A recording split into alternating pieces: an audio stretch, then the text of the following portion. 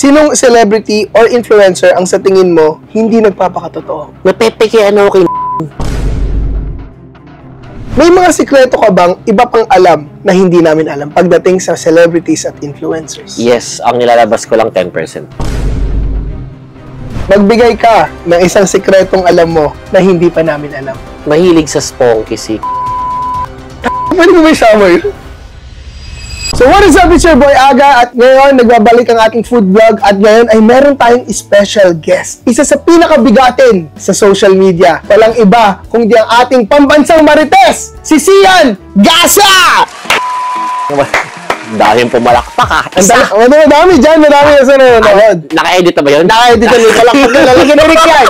Pero una-una, maraming salamat sa oras dahil pinayagan mo akong ma-interview ka. No problem. Pero ngayon kasi hindi lang ito basta interview, brother. Ito ay mabibigat na tanong. At pag hindi mo nasagot ang mga tanong ko, ay kakain ka ng exotic food. Meron tayong ditong scorpion, ahas, crocodile, isa pang scorpion at tarantula. Naputol na isang paa. So, wala kang choice. Pero alam ko naman to si Sian, matapang to. So, kailangan niyang sagutin talaga lahat. Ano yung nasa gitna? Crocodile yan. So, parang yun ay pinaka-safe option ko, no? Yun yung mukhang pinakamasarap. Pwede mo naman isipin yung ahas, isaw na lang. Eh? Kung titingnan mo lang mabuti, hindi ko rin kaya. Pero dahil guest nga si Sian dito sa channel ko, bro, wala kang choice kung di sumagot o kumain. Okay. Pero at the same time, kung nagugutom kami, mga iba naman tayong food dyan. Mga food na sawa na ako, no? Sawa ka na, yan.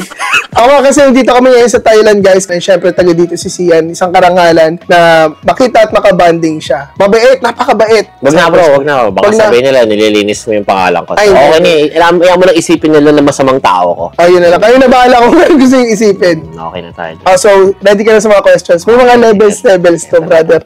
Napapainom ako, ha? Una-una, saan ka pinaka nandidiri sa mga? Ina sa gagamba. May takot ako sa gagamba. Dito? Medyo parang kakaluto lang. Delicacy yan, di ba? Sa Thailand, delicacy yan. Kaya nga, ba't gagawin delicacy? Mga tao, mga ano na, no? Kung ano-ano na lang, no? Basta kakaiba eh. Alam mo naman yung basta tao, basta kakaiba. Kakaibang marketing na. Anyway, simulan na natin. Okay, ang ating first question. Paano nagsimula ang iyong pagiging marites sa social media? So, kayong tanong ngayon. Alam ko agad yung sagot. Bakit? Nagsimula yan kay Angelicang. Tapos? Walang namagitan sa amin. I mean, let's be fair. Doon lang tayo sa honest, no? November 2021, it's about 4 years ago, meron siyang pinakalat na fake news about me. Siya yung taong nag-share na sikat na personalidad na nag-promulgate or nag-disseminate ng fake news na yun. Pwede ba malaman kung ano yung fake news na yun? Hindi daw ako nagsusustento sa anak ko. May anak ka na, brother? Dalawa na panganay. Let's not go with the details ng mga anak ko.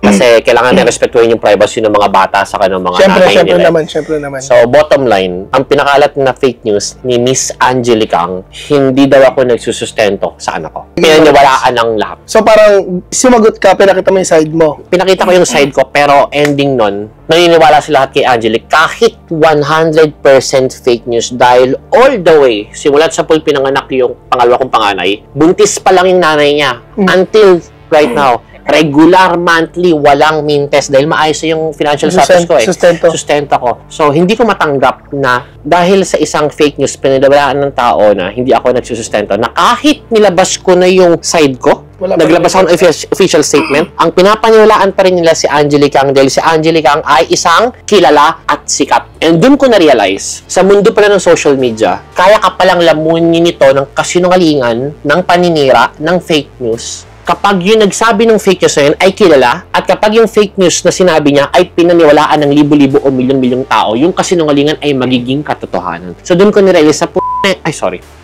ano nyo na lang yun. Okay lang, go lang. Just be yourself. Sabi mo lang ako na yourself. Doon ko nirealize na, ganito pala to. So, kailangan, para hindi na maulit sa akin to, kailangan ako yung maging mas malaking tao sa lahat. Wow. Mindset ba? Hindi, doon ko na-realize na, okay, ganito pala galawan para hindi maulit sa akin to, kailangan lahat ng mga sikat na yan, lahat ng mga artistang yan, lahat ng mga celebrity yan, lahat ng mga influencer yan, kailangan mahigitan ko yan, maging mas powerful ako, mas influential ako, na tipo bang pag sinabi ko yung isang bagay, maging credible enough ako na kung ano yung sabihin ko, yun na yung totoo. Para hindi na ako masiraan ulit at magawa ng fake news. Brad, ilang beses na akong tinatawag na scammer eh. May narinig ba sa akin na depensa na hindi ako scammer? Wala! Sinasakyan ko pa nga. Ako pa nga mismo nagpo-post ng warrant ko. Ako mismo nagpo-post ng kaso ko eh. Anong point ko? Kapag totoo yung isang bagay, hindi ko itatanggi. Ganun akong tao eh. Pag totoong scammer ako, nakulong ako, may kaso ako, talagang ipagsisigawan ko pa yun. O hindi ko itatanggi, hindi ko ikakahiya. Ganun akong klaseng tao. Ang hindi ko matanggap is kapag yung isang bagay na kasinungalingan or kasiraan na hindi naman totoo, ay binato sa akin, tapos panilawanan na. Sabi ko, hindi pwede to. Kailangan may gawin ako. Kailangan maging someone ako na hindi na masisiraan ulit. Brad, naulit. Naulit na naman. Ang malupit doon, by God's coincidence or whatsoever, no? November 2021 yung Angel Kang. November 2022, ex ko naman. Wag niya natin pangalanan. Ito yung naglabas ng kwento, Brad, about sa Malaysia. Na nag-viral na mahabang istorya, na mahabang caption. Brad, grabe yung kwento, detalyado, na nilunok ko daw yung anis ni Mayor. May ganun, alam mo yan. Hindi ako masyado familiar. Ano si Mayor? So parang sasabing pumapatol ka sa ano? Ganun, si Mayor daw, ay jowa daw niya. Bro, walang as in, bro. Wala katotohanan. Wala siyang jowang mayor. Walang ganun. Pinapalabas lang niya yun na meron siyang jowang mayor ko na para lang mapanindigan niya na hindi pagbebenta ng sarili yung negosyo niya sa abroad. So, ibig sabihin, yung bumubuhay sa kanya sa abroad, pinapalabas niya, bigay ng isang mayor. Ganun yung ginawa niyang narrative. Kahit hindi yun totoo. Ending, nung twist niya yung storya, bro, 80% to 90% na buong story, itataya ko buhay ng mahal ng mga anak ko. Sa harap ng milyong-milyong manonood nito, 80 to 90% ng storya, gawa-gawa. Bro, umabot to ng mga 10 to 15 million views sa TikTok, yung interview niya. Wait lang, bakit niya ginawa yun sa'yo? Meron kasing post si Donalyn Bartolome na sinawsawan niya. Tapos after niya sawsawan, nabuisit ako. Aminado naman ako, naging emotional ako, which is very wrong. Daw nakapag-isip ng tama. Ni-reveal ko kung ano yung tunay niyang work. Ngayon, para depensaan yung sarili niya na hindi ganun yung work niya, naglabas siya ng mahabang statement kontra sa akin. Bro, talagang gawa-gawa kwento. Nagkaroon ngayon ng wave ng hate na pinaniwalaan ng maraming tao.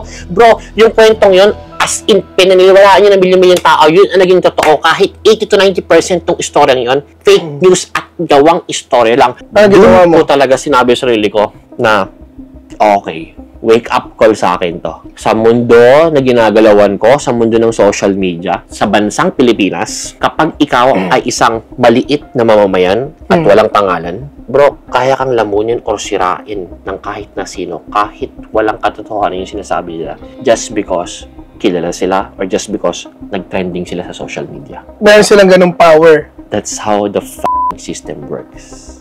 No matter na kesyo may power ka or wala, kapag nag-trending ka lang sa social media, kapag ang isang kasiraan o ang isang kasinungalingan ay pinaniwalaan ng libo-libo or milyong-milyong tao, yung kasiraan na yun or kasinungalingan Magiging totoo. Magiging totoo yun dahil marami lang naniwala. Doon ko na-realize na, okay, this is how the system works.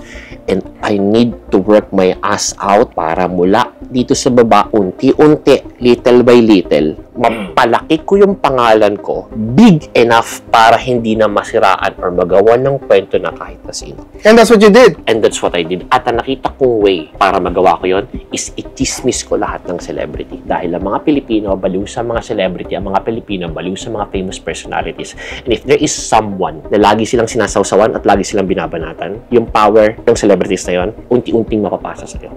So parang in some ways, you're getting the power and the audience of the celebrities para gumawa ka ng chismis, papanoodin ka. Maglabas ka ng mga chismis. Siyempre ako, kunyari, fan ako ni Daniel Padilla, magsabi ka tungkol sa kanya, papanoodin kita. Tapos magiging interested ako sa'yo. At magsisimula yun kung yung sinasabi mo ay credible enough. Kaya sinusureball ko na laging yung mga nilalabas ko Katotohanan. Katotohanan. Pumalo yung pangalan ko sa pambansang Marites nung nireveal ko na break na si Daniel Padilla at si Catherine Bernardo. And 24 hours later, nag-release si Catherine Bernardo ng statement na break na sila. hiwalay na sila. Dahil So parang ikaw yung instigate. Hindi naman. Actually, si parang OG Diaz ang talaga nag-release ng few months before pa.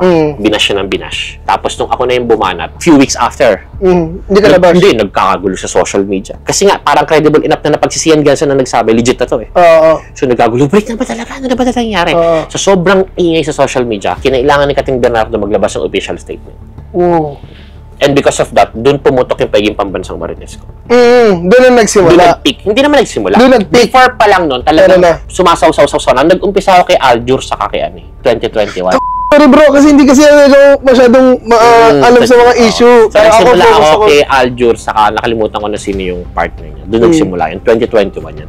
So anyway, so yun ang history kung bakit pinanganak yung Sian Gasa na pambansang Marites. Kasi, ito, dediretso ko, hindi na magpapaklase ka. Nagkaroon ako ng greed sa power. Because of your traumatic past. Dahil sa ginawa sa akin ni Angelicang at saka nung ex ko. Na doon ko na-realize, yung mga masasamang tao, yung mga villains sa pelikula at sa tunay na buhay, ito pala yung mga taong maayos naman supposedly before, tapos binugbog lang ng lipunan. Ngayon, kung paano mo tratuhin yung isang tao, magre-reform yung personality or yung character ng isang good person into a villain sa kadahilan ng kinain siya ng sistema at nilamon siya ng lipunan. May kasabihan dyan bro, di ba? Yung die to be a hero or live long to become a villain. Parang ganon. So, yung nakuha ko sa mga sinabi mo is, yan, nagiging si Pambansang Marites ka kasi you're greedy for power because of what happened to your past na ayaw mo na maulit mangyari sa iyo yun. Nagkaroon ako ng hunger for so much power. Aminado ako bro, kinain din ako ng so much what's power. good sa'yo brother, ang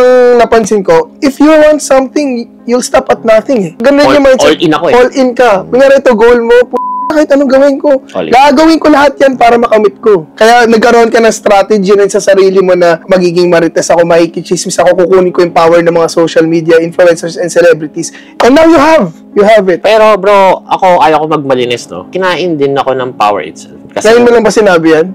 Sa publicly? Sinasabi ko to sa mga kaibigan ko. Pero ngayon lang ako nagkaroon ng opportunity para sabihin kasi ngayon lang naman ako na-interview about this eh. Kasi ako naman hindi naman ako yung tao na bigla akong magpo-post na parang sasabihin ko na ganito, ganyan.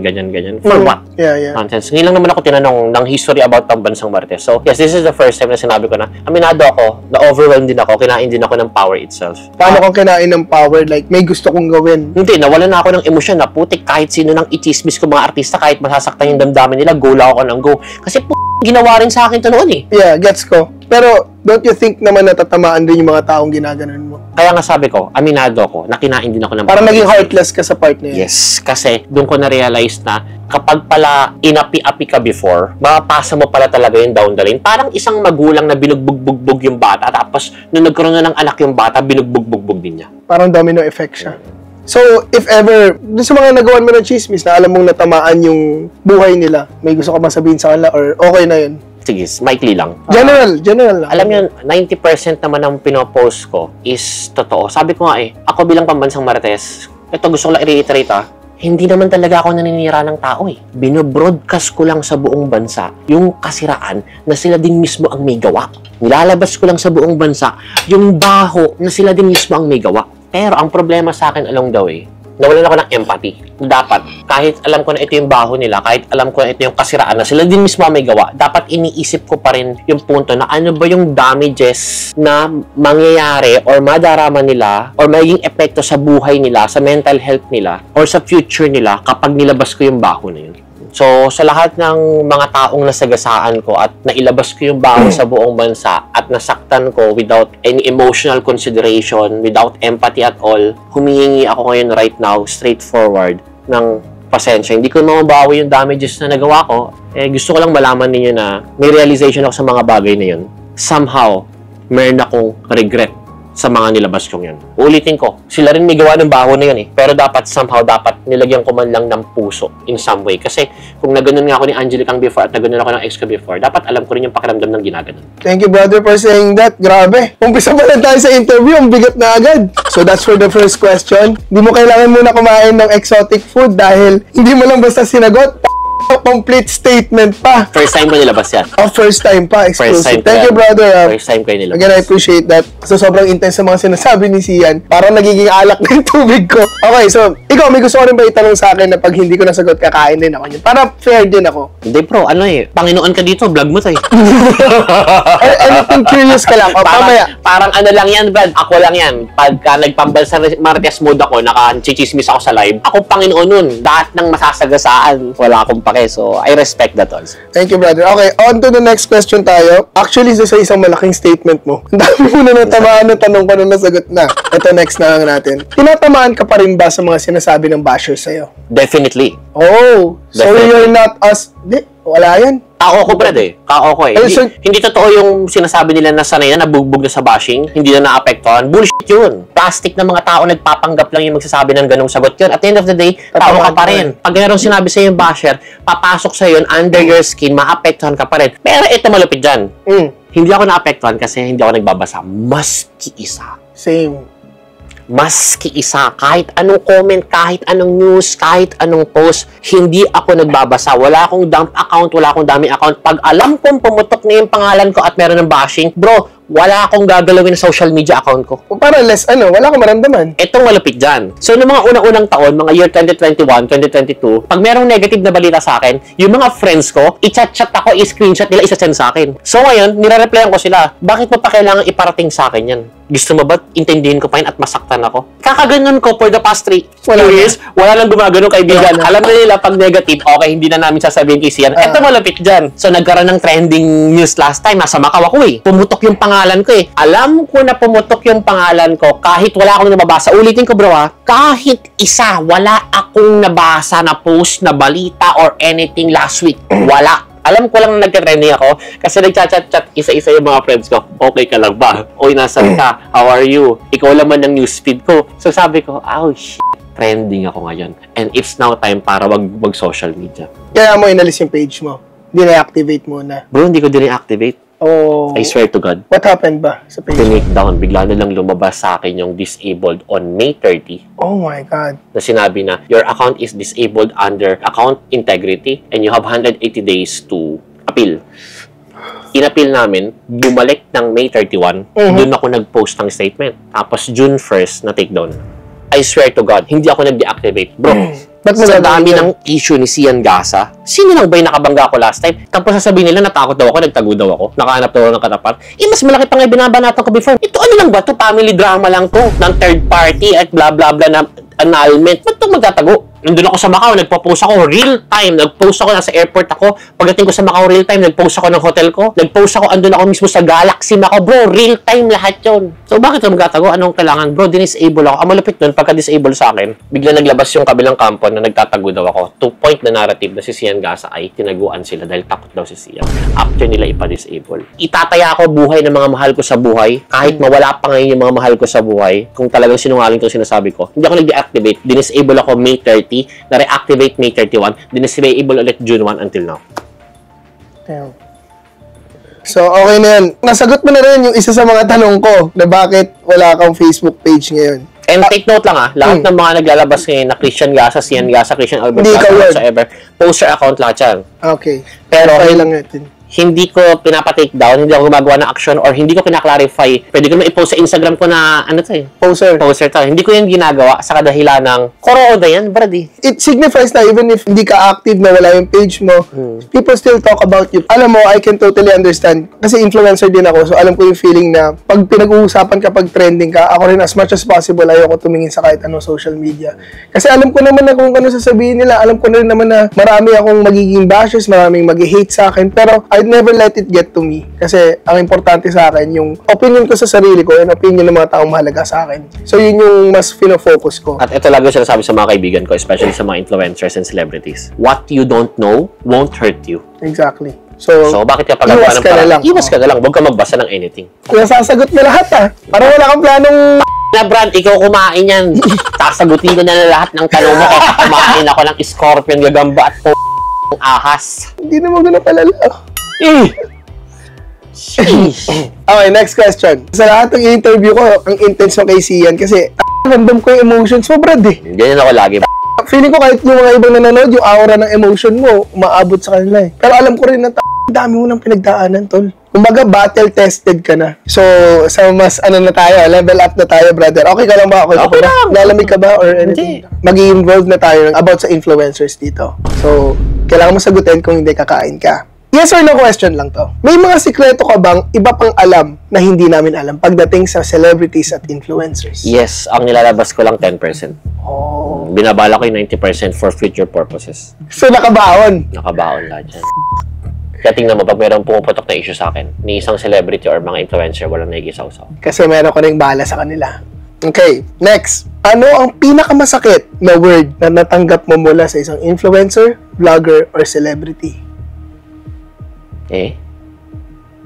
Bro, to be honest, nung tinanong mo sa akin, walang pumasok sa isip ko. Ibig sabihin, walang significant enough na word na tumatak sa akin. So you got a lot of backlash dun sa hate galing sa mga sinabihan mo. Hindi bro, most of the time, nagpapasalamat pa sila patatawa. Bro, bago kami naging magkakilala at maging somehow tropa ni Ivana, bro, sang kadakbak na ba sa akin yan for 5 years? Pero ngayon, okay na. Oo, natatawa lang daw siya. Kasi napapansin nga niya na pag bumabanat ako, walang below the belt. For fun lang talaga. So, to answer your question, ayaw kong gumawa ng kwento magpanggap na ito yung pinakamatindi. Kasi wala nang tumatak sa akin. Kanina napansin, pag sumasagot ako, dire-diretso. Kasi talagang yun talaga yung nasa isip ko.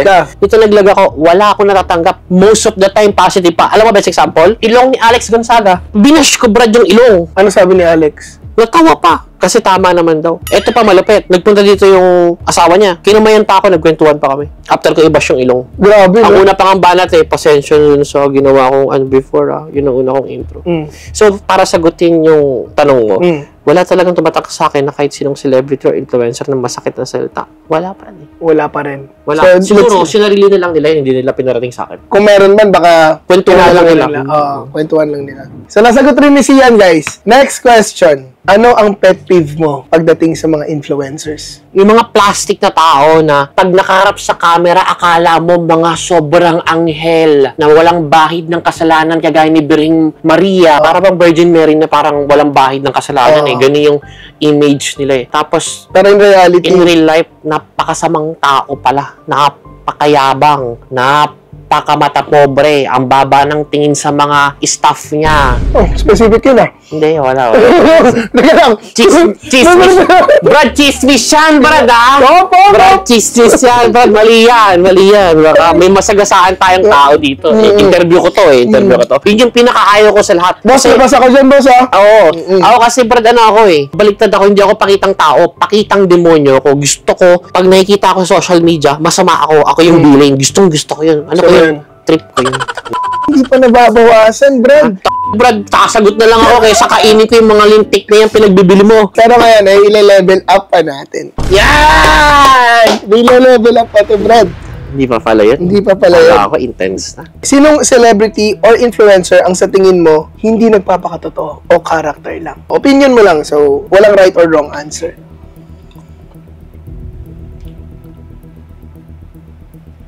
Artista? Artista or influencer? Basta kilalang tao. Ano pang hindi siya, guys?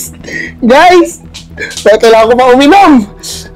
Teka, nag-iisip ako ng more dun sa naisip ko Baka meron pang mas more To the max talaga yung iniisip niya, guys. Iniisip ko pa... Saan pala yung sabi ni Sian, no? Saan ba yung sobrang plastic na talagang pag nakikita ko, parang nandidiri ako na ito.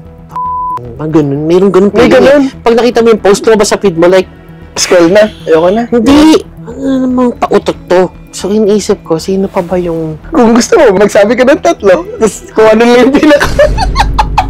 Pero kung hindi mo naman pwedeng sagutin, this is on the table. Napepekean ako kay Nadine. Bakit? Too good to be true. Mga advocacy and too good to be true. Unlike ni Catherine, wala naman siyang mga advocacy ng mga certain na salita sa mga issue. Lagi siyang nonchalant sa mga issue. Ito laging merong say. Isa pa si Daniel Padilla. Tunay? Ba't si DJ? Bro, puro pakitang tao na hindi mo maintindihan na Ako kasi hindi ko pa sila na-meet sa personal, so... Hindi ko naman sila na-meet sa personal. Yung sa mga nakikita mo lang based sa mga social media. At siyempre bro, sa dami ng intel na pumapasok sa akin ng mga chismis, bro, alam ko Alam ko yung mga ugali niya, alam ko sila kung paano sa likod ng camera dahil sa mga nakakarating sa akin ng mga intel, nakakarating sa akin ng mga chismis. Same with Nadine. Guys, sinagot niya. Ang bigat! Siguro ito si Sian, halos lahat ng bao ng mga tao sa mundo ay mga impormasyon nandito sa utak niya. Ready to strike pag? Pag na-trigger, pag merong ginawa, kaya di rin sila makagalaw. Sa tingin mo ba, hindi lang basta sa power mo ginagawa tong pagiging pambansang marites mo, but also for money? Siyempre bro, Part na yun. ang naging motivation ko, power Tapos along the way, nakita ko na nagfo-flow pala yung money, di kinarir ko na lang. Sino bang ayaw sa pera? Alright, next question. Ito naman, syempre malala yung kanina. Ngayon naman, sino naman influencer or artista ang nilulook up to mo? Na pag nakita mo, okay talaga to. Artista, Brad? Any brother, artista or Mga influencer? famous personality? Pilipinas lang to, no? Yeah. sigurado yung mga nanonood niya nakaganon na. Nakakapit na, Brad. Nakaganon na sila. Nag-aabang. Kasi si Ian Gasa, ano siya, madalas, naglalabas ng chismis. Pero never ko pa narinig na, ito ang gusto ni si Ian Gasa. Ito yung wala siyang masabi. Itong influencer or artista ito. Okay to. Papasagot ako, nakita ko yung gagambay. Teka bro, look up to? Not exactly look up to. Sino yung okay sa'yo? Pwede hindi nagpo-post? Pwede basta kilala. Sobrang sikat pero hindi nagpo-post. Kaya akong idol. Sino? Erich Gonzalez. Bakit si Erich? Bro, kinaya niya manahimik mula sa Showbiz. Tapos, nagpakasal sa pamilya ng bilyonaryo. Nag-anak, nagpamilya. Tapos, nawala talaga sa social media. Yun yung isang luxury na hindi ko kaya eh. Di ba sabi nga nila, it's human nature na bibilib ka or you will look up sa isang tao na nagagawa niya yung isang bagay na hindi mo kayang gawin. Tama? Parang ganito, bakit babaliw na baliw ang mga Pilipino sa mga bilyonaryo? Eh kasi hindi nila kaya magkabilyon eh. Or hirap sila ma-attain yung ganong level na bilyonaryo. Hindi, sino ba yung mga baliw na mga tao sa mga bilyonaryo? Yung mga taong hopeless sa sarili nila, na alam nila na tanggap nila sa sarili nila na hindi ako magiging bilyonaryo one day. Yun yung magiging fanatic eh. Ako, mindset ko, kaya ko maging bilyonaryo. Exactly, kaya hindi ka baliw sa mga bilyonaryo. No. I can do it. Kaya nga hindi ka baliw. Oo. Kaya nga hindi ka nila fanatic eh. Kasi alam mo sa sarili mo na one day kaya mo maging bilyonaryo. Kaya nga, going back to sa sinasabi ko, kapag alam mo sa sarili mo na hindi mo kayang gawin yung isang bagay at nagagawa ng isang tao, dun ka naglo-look up, dun ka bumibilib. Kaya bilib mo kay Erich kasi, bro, hindi ko kaya yung peak ka ng karir mo, bigla kang nawala. Ang malapit dun, hindi ito usapin ng mental health na parang na-depress ka lang na kailangan mo lang ng time for yourself. Hindi bro hindi eh. Talagang literal na pagkawala niya, pinanindigan niya at nabuhay siya ng tahimik. Bro, salute ako sa ganun. Deserve ng palakpak. Salute ako kay Erich. Dati, siguro ginamit ko siya for publicity kaya ako siya pinabillboard ng 2017. Tapos, after nung lumagay siya sa tahimik at nagpakasal siya sa bilyonaryo at nawala siya sa social media at talagang nawala siya sa industriya, dun ko nakita na at the end of the day, hindi talaga worth it ang fame. At the end of the day, money is over fame pa rin. Na nung nagkaroon na siya ng maayos at stable na buhay sa pamilya ng mga bilyonaryo, hindi na niya kailangan ng kasikatan pa. Hunger for fame, hunger for attention, hunger for spotlight. Hindi mo na yun kailangan kung meron ka na rin mga bilyones right below na inaapakan mo. So, it's a big realization. Do you agree with that? Oo, pero ang problema kasi sa mundo natin na kinakagalawan, fame goes along with money eh. Na kailangan natin ng fame, kailangan na ng ingay, kailangan natin ng clout para mas lumaki pa yung kita natin. Yun yung sistema, yun yung lipunan, yun yung social media. At ngayon, seeing Erich Gonzalez na naka-exit sa sistema na yun, That's what you look up to. kaya ako naglo-look up sa kanya kasi rin yung isang bagay na gusto ko. Bro, kung magkaroon ako ng 1 billion pesos sa bangko, Hindi ka na magka-content. bro, wala na akong social media. Aanin ko yun. Aanin ko pa yung attention. Kaya ako lang ginagawa to kasi dito ako pumipera, dito maganda yung career ko eh. Kaya lang naman ako naging pambansang marites kasi gusto ko yung power, di ba? Para hindi na ako masiraan ulit. Pero comes along the way, nung na-overwhelm na ako, nakita ko siya as malaking opportunity for me. Ginawa ng ano. Pero bro, deposit na ako ngayon ng 1 billion pesos. Ako mismo magde-deactivate kahit hindi ako disable. Ikaw na mismo gagawa na. Kaya bilib ako kay Erich Gonzalez. Actually, that's a good answer din. I've never realized that kasi ako, I want fame, I want the power, I want money, pero hindi ko siya gagawin naman yung power in a toxic way. Fame na meron ako, gagawin ko para sa sarili ko, sa family ko, at sa mga audiences ko. Pero kung may 1 billion ka nga, oh, di ba? Para saan pay fame? Dahil na-feed lang yung ego mo? Nasikat ka? Ako hindi. Ako kahit may 1 billion ako, like, I want to keep the fame. Kasi it's what I longed for pa rin ever since nung bata pa ako. Ayan, maganda yung sagot mo, hindi plastic. Pero para sa akin, pinasok ko tong mundo to kasi gusto ko maging powerful. Pero bro, maniwala ka sa hindi, I don't like the fame. Ayaw ko namin nagpa-picture sa akin. Ayaw ko namin nakikilala ko. Ayaw ko ng mga fun and meet and greeting, etc. So, main mo talaga is the power. Gusto ko yung power, kaya ako nagpasikat ng gusto. Gets. Kaya magkaroon na ako 1 billion pesos, bro. Wala. Parang wala na akong pwedeng itanong na mapapakain. Ending yan, Brad, ikaw kakain ng gagamba. Ganito pag nakain, ganito na lang, Brad. Usapan natin. Pag lahat na sagot mo, kakain ako ng isa dyan. Sige. Para hindi patas naman. Para naman, kumbaga sa casino, yung napanalunan ko, merong kapalit na katalunan naman sa'yo. Oo, para pantay. Fair enough. Kung napasagot ko pa rin si Sian, ay kailangan kumain ako ng isa. And the last question, magbigay ka ng isang sikretong alam mo na hindi pa namin alam. Gumagalaw yung labi, nag-iisip, parang ang dami. Ulitin ko, brother, magbigay ka ng isang sikretong alam mo na hindi pa namin alam. Ikaw na bahala kung anong sikretong gusto mong sabihin. Pwede kang hindi mag-name drop. Pwedeng pangyayari. Sinasala ko lang. Ano yung pwedeng expose? Yan, napatahimik siya. Usually, rekta agad. Daming pumatok sa isip ko pero hindi ko pwede ilabas lahat. Oo, yung sa tingin mo lang na okay, na safe. Or, okay na naman si Spider-Man. Mahilig sa sponky si Pwede mo ba isama yun? Like mga bigating tao, ganun. Hindi. Mayayaman lang ng mga simpleng tao na afam. Di ba may asawa siya? Annulled sila eh. Pero ang dahilan ng hiwalayan nila is nahuli ng lalaki na meron siyang sponking afam habang married sila. Oh, shit. Magkano yung... Wala akong alam. Basta yung recent lang din na meron siyang jowa. So, nahuli rin na meron siyang spong. So, hobby niya. Pero mayaman siya, di ba? Bro, ano naman kung mayaman ka? Ikaw manadagdagan ka naman ng 7 digits per month. Bakit hindi mo papasukin yun? Oh my God, 7 digits per month. At hindi isa. Ilan? Hindi ko alam kung ilan. Hindi sinasabi ko lang sa'yo, hindi to loyalista na isa-isang spong. Hindi talagang for the money lang to. Trusted sources to. With proof. Screenshots. Tsaka isa pa, ito, ako na may question nito. Bakit yung mga chismis yun yung lumalapit sa'yo? Because they find it na pag nagbigay sila ng intel sa akin, binibigyan nila ako ng pabor at iniisip nila na pag nabigyan nila ako ng pabor at bigyan nila ng chismis, magiging protection nila ako in the future kung ma-issue man sila.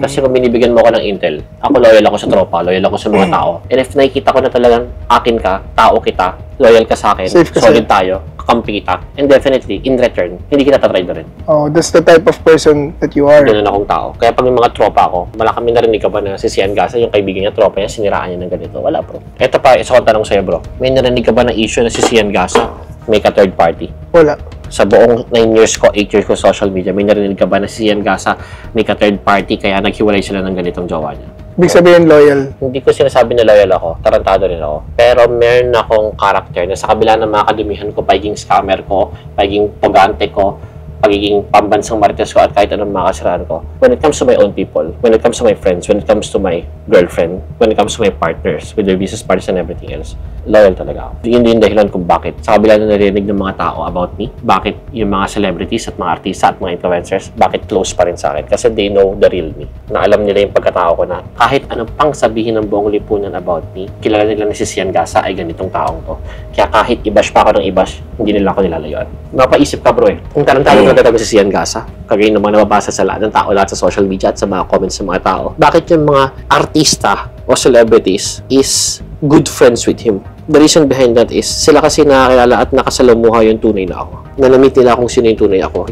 Yung Sian Gasa na labas sa social media persona. And because of it, alam nila na tunay akong tao. And they keep me, they treasure me. At yun yung isang bagay na hindi alam ng publiko. Why? I always tell them, huwag niyo ako nidepensan publicly. Para pag nagkalintik-lintik, hindi kayo mapasama. Hayaan nyo na nagano'n yung tingin sa akin ng tao at kayo na din nakakaalam ng tunay na ako. Kaya mapapansin mo, kapag sila nagkaka-issue, nandyan si Sian Gasa to depensa. Pero pag si Sian Gasa yun at nagkaka-issue, wala yung mga friends niya to depensa. Because ako mismo nag-i-stop sa kanila na huwag na kayo makisaw-saw dyan. Ngayon ko lang nalaman yun. And I guess that's the perfect way to end this interview. Hindi ko naman nahirapan sa mga tanong ko. Wala po, chicken. Chicken lang. Oh, Ang naabangan ko ngayon, ano yung pipiliin mo dito? Chicken. Chicken lang, pero ako hindi chicken para sa akin dahil kakain ako. Talaga. Yung cameraman natin, paki-zoom in nga sa mga ano. Zoom in sa plato. Nasagot ni Christian Gasa lahat. And brother, solid mo interviewin. Like, lahat ng sinabi niya, straight to the point, alam mo talaga na totoo siya sa mga sinasabi niya. Based sa akin pag ako kasi nag-interview ako, try ko rin basahin yung tao. Paano mo sabihin, paano mo i-explain, and I can sense na talagang totoo naman lahat ng sinasabi mo. So, I guess, channel ko, talo ako. Pero ako kumain. Pero at least marami kayong nalaman, di ba? Marami silang nalaman. So, maganda niyan, siya pipili na kakain mo. not pinatungan pa ako. Ako naman Hindi na. sasagot. Ikaw na. Delikado yan. Mamaya may poison pa yun. Ako pa masisi sa huli. O, ikaw pumili. Parang walang panalo dito. Ay! Safe na yun. Safe. Ayan yung safe na choice. Oh. Pero, ang maganda sa views, kagatin mo man lang yung ganun ng scorpion. Bro, hindi nakakainin bro, para safe tayo para safe tayo. Hindi ko rin nag-get sa Thailand. Bakit nila ginagawa pagkain yung mga ganito? Sabi ko nga sa'yo, di ba kung ano-ano na lang. Tawag ko dyan is exotic marketing. Kahit saan, nung sa kausan, halos lahat. Kung Pero ano, nonsense. Nonsense. Bakit mo kakainin tong ipis? Bakit mo kakainin tong worms? sabihin nila, masarap pa. Pero alam ko na rin yung lasa kasi nakakain ako nito. Ngayon, dahil sa exotic marketing, napataas yung presyo, shoot ang presyo eh. Magkano lang puhunan? Baka pinupulot lang yun dyan. Sa luto lang. O, huwag mo kaming daanin sa kwento, Mars! Mars! Ano nang kakainin natin dyan? Like you said, request mo, kagating ko itong Scorpion. Parang buhay pa. Ayun yung tinatawag sa literal. Yung literal na for the views. Ang dami nyo nang pwedeng i-clip sa vlog na to, kaya kung ako sa inyo mag-subscribe na kayo sa akin. At para sa inyo rin, at syempre dahil nasagot niya lahat, ito na. Crispy pa, no? Ay! Ito na may laman! Dumakta! Ay, buta!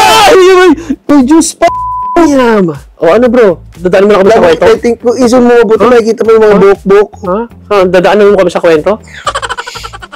Damn! Ay, Subscribe!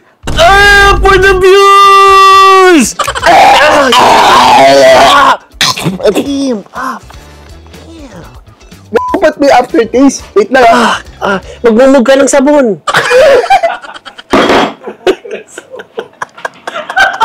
Parang nag-isang dibdib kami ng Scorpion na yun. Natandam ko na yung pinagdaanan niya. Pero yun nga guys, again, Sian Gasa, everybody, thank you so much brother. Sobrang nag-enjoy ako interviewin ka. Parang nandyan pa yung dakta, brad Mabuhok na yun. Tubuhan na ako ng buhok ko. Kaka-Netflix mo yan. Oo nga yung mga napapanood ko. Pero yun, again, maraming salamat at sana nag-enjoy rin kayo sa mga napanood nyo. Parang na naging podcast, no? Pero grabe, solid talaga si Sian Gasa. Brother, isang karangalan na maging kaibigan ka. Pinapanood lang kita, pero ngayon kasama na kita sa isang video. Thank you so much, brother. My pleasure, my pleasure. Thank you. Pleasure. And abangan natin mga next videos kung sino ang ating mga susunod na pwedeng i-guess. This was by far one of the most intense na ginawa natin for me. Kasi dami kong nalaman lang ngayon lang din. Hindi kasi ako machismis na tao, brother. Like, puro work na ako sa craft ko. Pero okay rin pala. Other side na parang may mga nalalaman ka. Thank you very much for watching. Ingat lagi. God bless and see you on my next vlog.